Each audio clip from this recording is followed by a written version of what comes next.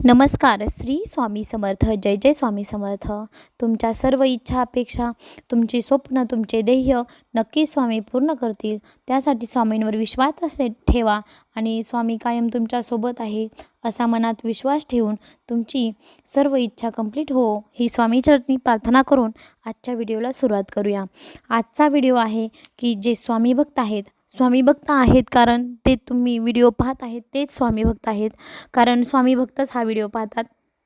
तर बघा, स्वामींची प्रार्थना कशी करायची, स्वामींचा मंत्र जप योग्य पद्धतीने कसा जपायचा आणि कोणता मंत्र आहे तो, जेणेकरून ह्या शक्तिशाली मंत्र ज्याने स्वामी समर्थ नक्कीच आपल्यावर प्रसन्न राहतील, त्यांचा वरद हस्त आपल्या माथी राहील.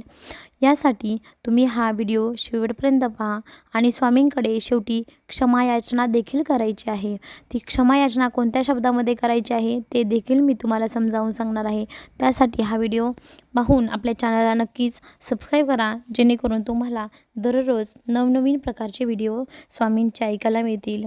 बघा, श्री स्वामी समर्थांची प्रार्थना करण्यासाठी काय करायचं आहे, तुम्ही सकाळी लवकर उठायचं आणि सकाळी शक्य नसेल तर संध्याकाळी देखील तुम्ही 10-15 मिनटं काढू शकता.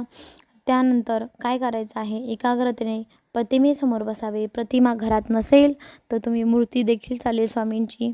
आणि मुख्य म्हणजे तो मंत्र आहे श्री स्वामी समर्थ, जय जय स्वामी समर्थ. या मंत्राचा कमीत कमी 11 वेळा आणि जास्तीत जास्त 108 वेळा तुम्ही हा मंत्र जपायचा आहे.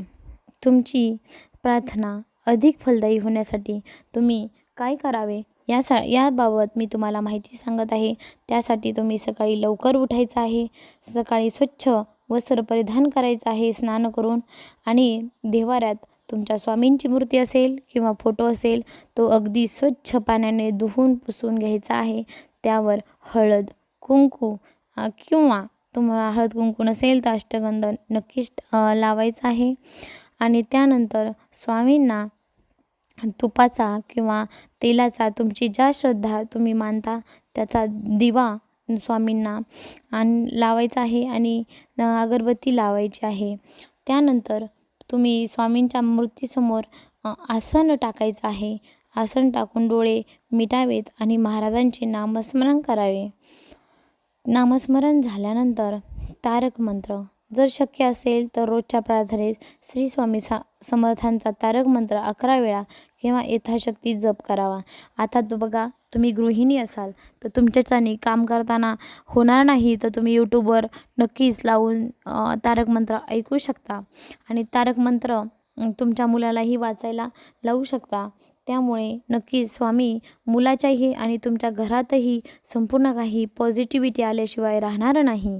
त्यानंतर तुम्ही प्रार्थना करायची आहे आणि क्षमायाचना करताना काय म्हणायचं आहे ते नक्की ऐका. शेवटी हात जोडून म्हणायचं की हे स्वामी समर्था, माझ्या हातून काही चूक झाली असल्यास मला माफ कर, क्षमा कर, माझे आणि माझ्या कुटुंबाचे रक्षण कर, आम्हाला सुखी आणि निरोगी आयुष्य लाभू दे. असं तुम्ही स्वामींची रोज रात्री झोपण्यापूर्वी एकदा तरी प्रार्थना करायची आहे. स्वामींची भक्ती करताना मनात श्रद्धा असणं खूप गरजेचं आहे. पूर्ण विश्वास असणे अत्यंत आवश्यक आहे. बाह्य कर्मापेक्षा निष्ठेने केलेली प्रार्थना लवकर फळते. स्वामी समर्थांची ही महाराजांची तुम्ही नक्कीच अशीच सेवा करा. स्वामी नक्कीच तुमच्या पाठीशी असल्याशिवाय राहणार नाहीत. स्वामी आपल्या बाळाला एकट्याला टाकणार नाहीत. त्यामुळं कायमस्वरूपी लक्षात ठेवायचं आहे की स्वामीच आपला करता करविता आहे. धन्यवाद. श्री स्वामी समर्थ. जाता जाता आपल्या तेवढं चॅनलला सबस्क्राईब करून जावा.